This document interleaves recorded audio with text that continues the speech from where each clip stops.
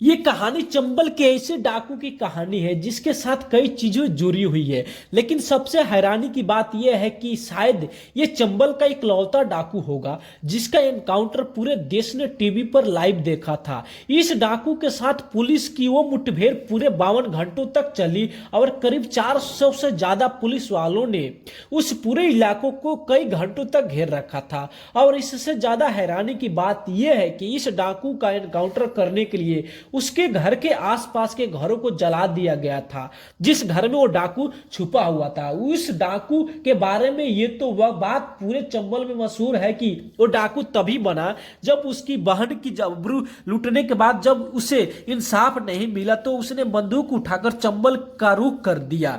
वो डाकू था घनश्याम केवट। घनश्याम केवट उत्तर प्रदेश के चित्रकूट जिले के एक गांव में रहता था। साल 2003 में उसी के गांव के एक शख्स ब्रजभान सिंह ने घनश्याम केवट की बहन की आबरू लूट ली। अपनी बहन के साथ हुई ज्यादती के बाद घनश्याम ने पुलिस वालों से इंसाफ की फरियाद की, मगर पुलिस ने उसकी गुजारिश को ज्यादा तवज्जो नहीं दी। कई दिनों तक पुलिस के चक्कर काटने के बाद घनश्याम को लगा कि अब पुलिस उसकी बात नहीं सुनेगी। इसी बीच उसने ये बात सुन रखी थी कि चंबल के डाकू ऐसे मुसीबत में फंसे लोगों को इंसाफ दिलाते हैं, तो उसने चंबल का रुख किया और वहां उस वक्त एक बड़ा डाकू था केशव। घनश्याम ने डाकुओं के सरदार केशव को अपनी बात बताई। केशव वो डाकू ने घनश्याम को अपना गैंग में शामिल कर लिया। डाकू गैंग में शामिल होने के बाद घनश्याम ने सबसे पहले उस शख्स की रेकी करनी शुरू की जिसकी बदौलत उसे चंबल का रुख करना पड़ा था। और पहला मौका मिलते ही अपने गैंग के साथ उसने उसके गांव पर धावा बोला। अपने हाथों से पहला कत्ल करके पूरी तरह से डाकू बन गया था। पहला कत्ल करने के बाद घनश्याम अचानक खूंखार हो गया। लूट, हत्याएं, डकैती, किडनैपिंग करने के मामले में घनश्याम का गिरोह पूरे चंबल इलाके में कुख्यात हो गया। कुछ अरसों बाद डाकुओं के सरदार केशव की मौत हो गई। तब घनश्याम के तौर पर तरीके और उसके बागी चेहरे को देखते हुए गैंग ने उसे ही अपना सरदार मान लिया। गैंग की कमान हाथ में आते ही घनश्याम करीब करीब बेलगाम हो गया और उसके नाम का आतंक चंबल और उसके आसपास के इलाकों में हो गया। लूट और हत्या के इसी सिलसिले में घनश्याम केवट का नाम पुलिस की नजरों और डायरी में उस वक्त चढ़ा जब उसने एक ही परिवार के 4 लोगों की मौत घाट उतार दिया।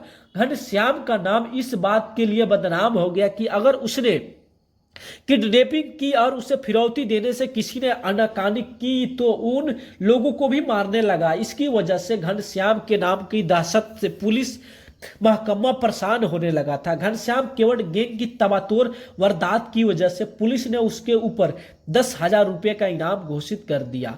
इनाम की घोषणा के बाद अब घनश्याम पुलिस की आंख की किरकिरी बन चुका था, लिहाजा पुलिस ने उसे दबोचने के चक्कर में उसकी घेराबंदी में लग गई। एक बार चित्रकूट के पास पुलिस को मौका लगा भी और उसे घेरा भी, लेकिन उस मुठभेड़ में 4 पुलिस वालों की जान जाने के बावजूद घनश्याम पुलिस का घेरा तोड़कर भाग निकला। इसके बाद एक बार फिर पुलिस ने घनश्याम को चंबल में घेर लिया था, लेकिन शातिर दिमाग घनश्याम इस बार भी पुलिस को चकमा देकर भाग निकला। लेकिन इस बार जब मुठभेड़ में कुछ और पुलिस वालों की जान गई तो घनश्याम केवट पर इनाम 10,000 रुपये से बढ़ाकर 50,000 रुपये हो गया। घनश्याम केवट चंबल में लगातार खूंखार होता जा रहा था और पुलिस वालों उसके पीछे हाथ धोकर पड़े हुए थे, मगर घनश्याम केवट पुलिस के हाथ नहीं आ रहा था। उधर घनश्याम केवट के गुनाहों की लिस्ट भी लंबी होने लगी थी। डाकू घनश्याम केवट और पुलिस के बीच अब चूहे बिल्ली का खेल चलता रहा।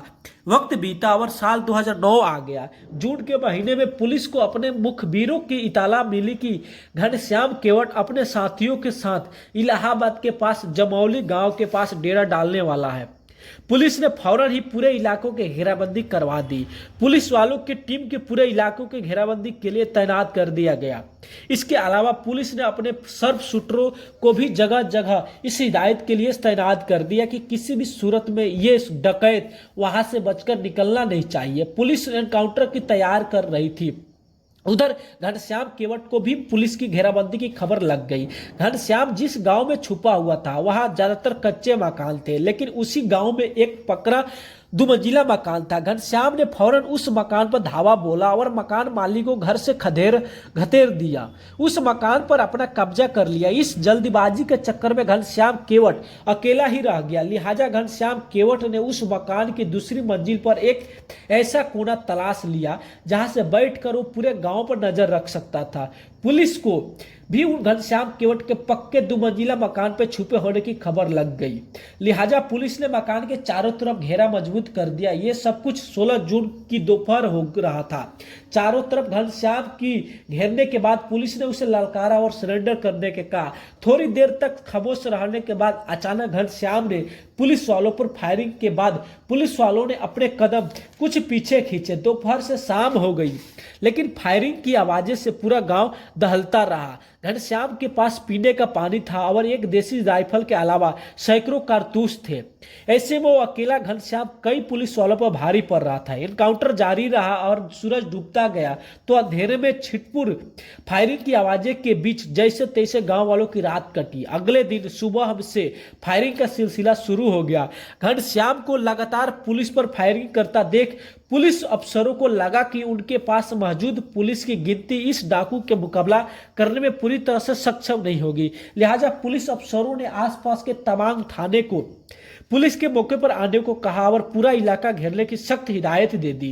देखते ही देखते 5 जिलों की पुलिस फोर्स ने उस गांव का रुख किया और जहां पुलिस की एक टीम अकेले डाकू घनश्याम की गोलियों का सामना कर रही थी। यह खबर उत्तर प्रदेश के पुलिस के कई सीनियर अफसरों तक पहुंची और उन्होंने भी उसी जमौली गांव का रुख किया जहां पिछले 30 घंटों से गोलीबारी चल रही थी। करीब 400 पुलिस वालों की पूरी बटालियन ने उस गांव को घेर लिया। हैरानी की बात यह थी कि गोलियों लगातार चल रही थी और वो भी दोनों तरफ से। पुलिस वालों ने राहतियात के तौर पर पूरा गांव खाली करवा लिया। दूसरे दिन यानी 17 जून को दिन भर की गोलियों में 4 पुलिस वालों की जान भी जा चुकी थी, जबकि 3 बुरी तरह से घायल हो चुके थे। इसी बीच देखते देखते उस गांव में पुलिस वालों के साथ साथ मीडिया की वो भी बहन भी वहां पहुंच गया और पूरा एनकाउंटर टीवी पर लाइव चलने लगा। सुबह से शाम और फिर रात भी आ गई, लेकिन एनकाउंटर खत्म नहीं हुआ। 18 जून की तारीख आ गई और 36 घंटों से ज्यादा वक्त तक एक अकेला डाकू 400 पुलिस पर भारी दिखाई पड़ रहा था। टीवी पर चले एनकाउंटर की वजह से जब पुलिस की इज्जत पर आंच आनी शुरू हुई तो पुलिस के आला अफसरों ने एक खतरनाक फैसला किया और जिस मकान में घनश्याम छुपा हुआ था उसके आसपास के कच्चे मकानों में आग लगा दी गई। गरज ये कि आग से घिरा होने के बावजूद जैसे ही घनश्याम बाहर निकलेगा तो उसे गोली मार दी जाएगी। करीब 8 घंटों तक घनश्याम लगातार गोलियों चलाता रहा और पुलिस वालों को मुकाबला करता रहा। 8 घंटे के बाद घरों में लगी आग खुद ब खुद बुझ गई, मगर घनश्याम पुलिस के हाथे नहीं लगा। 8 घंटों के बाद फिर भी गोलियां चल रही थी। 18 तारीख भी गुजर जाती है, यानी पूरे 2.5 दिन एनकाउंटर होते हुए गुजर चुके थे। न्यूज चैनल पर अभी भी एनकाउंटर चल रहा था। पुलिस अपनी नालायकी और एक अकेले डाकू के हौसले से परेशान हो चुकी थी। 19 जून की शाम होने लगी थी और एनकाउंटर को पूरे 52 घंटे हो चुके थे और इन 52 घंटों के दौरान एक बार फिर घनश्याम पुलिस वालों से कमजोर नहीं पड़ा। सोचने वाली बात यह है कि एक डकैत के पास पुलिस के मुकाबले करने के लिए इतने कारतूस रहे होंगे, लेकिन 19 तारीख को शाम होते होते घनश्याम के पास कारतूस खत्म होने लगे थे। तब घनश्याम ने शाम को और गहराने का इंतजार किया और हल्का अंधेरा होते ही उसने उसी मकान की दूसरी मंजिल से एक लंबी छलांग लगाई ताकि मकान से दूर गिरे। छलांग लगाकर मकान से बाहर निकलते ही घनश्याम ने दौड़ लगा दी, मगर पूरा इलाका पुलिस ने पहले ही घेर रखा था, लिहाजा वो ज्यादा दूर तक नहीं जा सका और पुलिस से आमने सामने का मुकाबला करने के लिए खेत में घुस गया। करीब 1 घंटे तक हुई फायरिंग के बाद गोली चलाना बंद हो गया। अंधेरा हो चुका था, लिहाजा पुलिस ने सर्च ऑपरेशन शुरू किया तो उन्हीं एक खेत के पास गोलियों से छली घनश्याम की लाश मिल गई। यानी